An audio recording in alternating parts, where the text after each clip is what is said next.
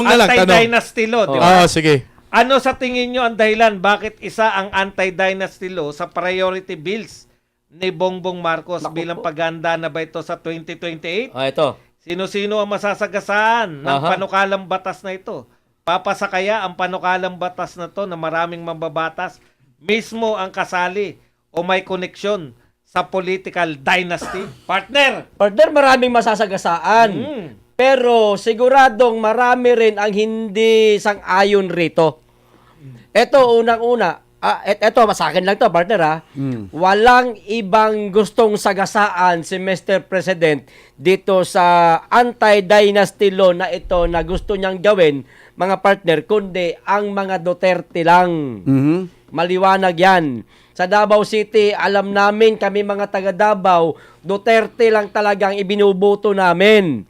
Hindi yan lingid sa kaalaman ng ating mga kababayan dahil simula sa alkalde, pangalawang alkalde, mga congressman, Duterte ngayon ang nasa Davao City at ginusto yan ng mga taga Davao kasi nakita namin na maganda, magaling mamuno ang mga Duterte mula pa noon hanggang ngayon, mula nung Duterte ang humawak ng Davao City, kaya ayaw pakawalan ng mga taga Davao ang mga Duterte. Ayaw naming mawala ang mga Duterte sa Davao City. Kaya mas pinili namin na maging dynasty. Walang problema sa amin yun. Pero etong ating Pangulo, ang gusto talaga, sagasaan ang mga Duterte. Yun. Ayun, Partner, idagdag lang natin, no, para sa kaliwanagan. Tayo pala, na nakalimutan ko, tayo alam natin yung political dynasty para yung mga audience, maikli-maikli lang. Ang ibig sabihin dito sa sinusulong nilang batas, yung pong political dynasty, kinikilala yung relasyon ng kamag-anak hanggang second degree of consanguinity. Ang second degree po, ako. Yan. Tapos yung susunod, second degree. Yung susunod pa ron, apo, pwede na. Pwede na. O, wala rin kwenta mo. Pinsan. Hindi. Pag pinsan po, ganito magkwenta ng degree, para po sa kalaman. Ako. Tapos pinsan, para makarating sa pinsan. Ako, nanay ko. Tapos yung nanay ko, kapatid na nanay ko, bago yung pinsan, fourth degree na yun. Fourth degree. Sige. Okay, partner, Isa Bisdak. ko, ganun yun, partner. Tuloy, partner. Oy, maraming salamat muna sa pakulay kay Tita Riz 3567.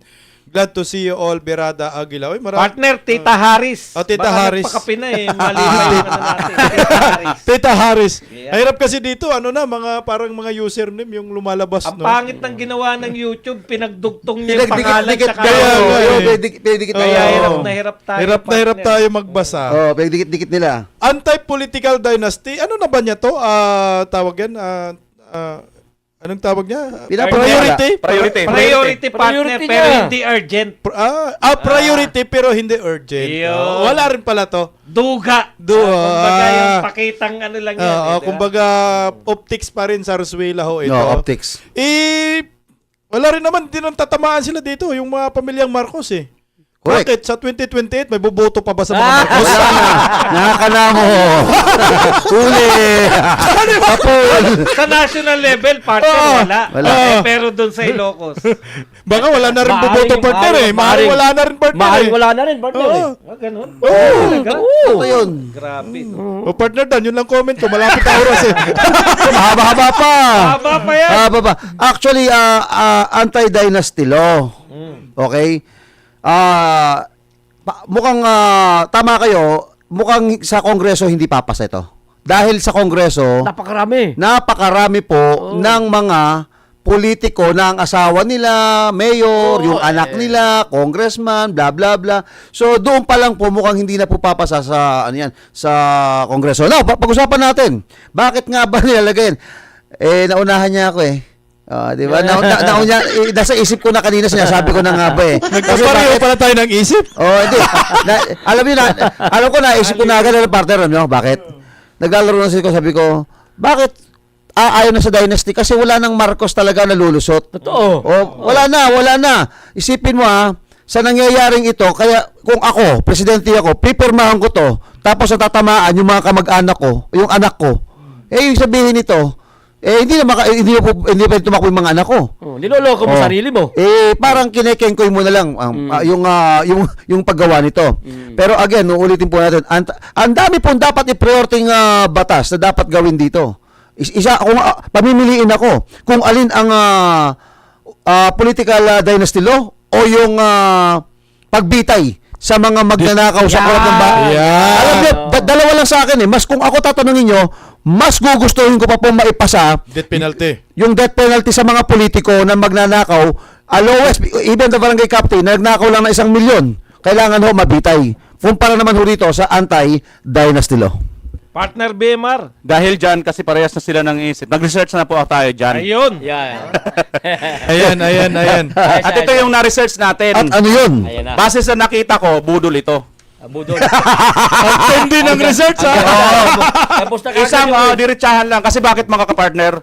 Yida Romualdez. Romualdez. Oh. Martin Romualdez. Asawa ni Martin Romualdez. Oo. Anak. Anak ni Martin Romualdez. Oh, yan. Sama-sama Di sila. ba, anak? Congressman din. Congressman, 3 sila magkasama. At ang malupit pa dito, mga kapartner, si Yeda, pang-4 na term niya na ito.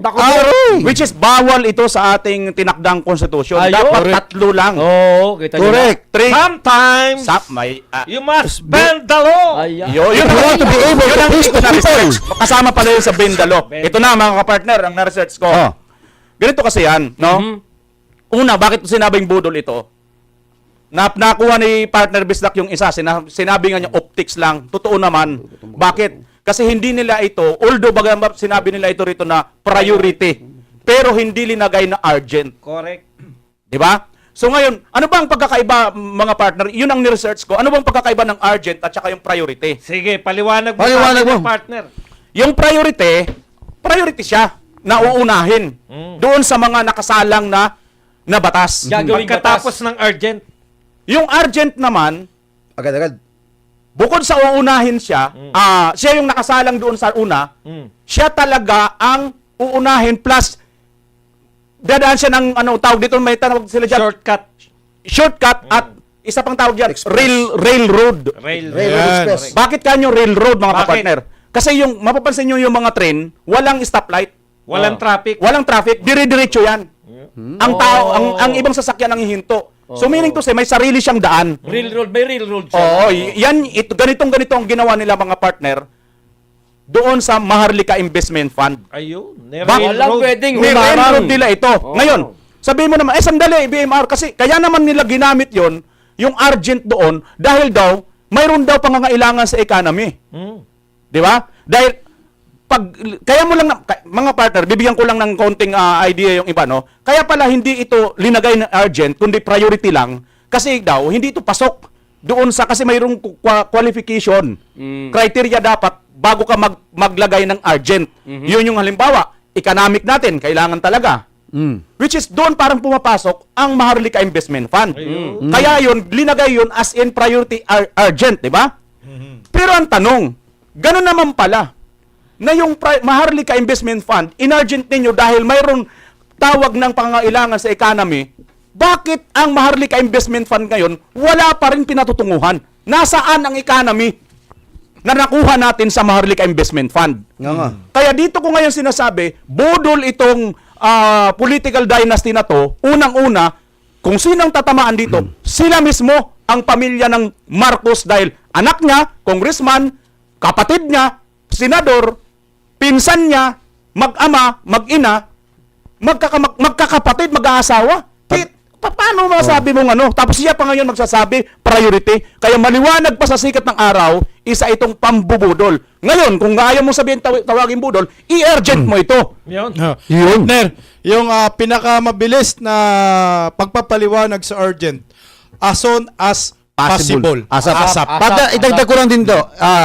Parang sinunod ni Pangulong Bongbong Marcos yung panawagan ng rally. Kasi nakikita ko nung nakarang rally, No to Dynasty, yung huling rally Kaya nga di ba nakita natin sa mga rally ngayong ano.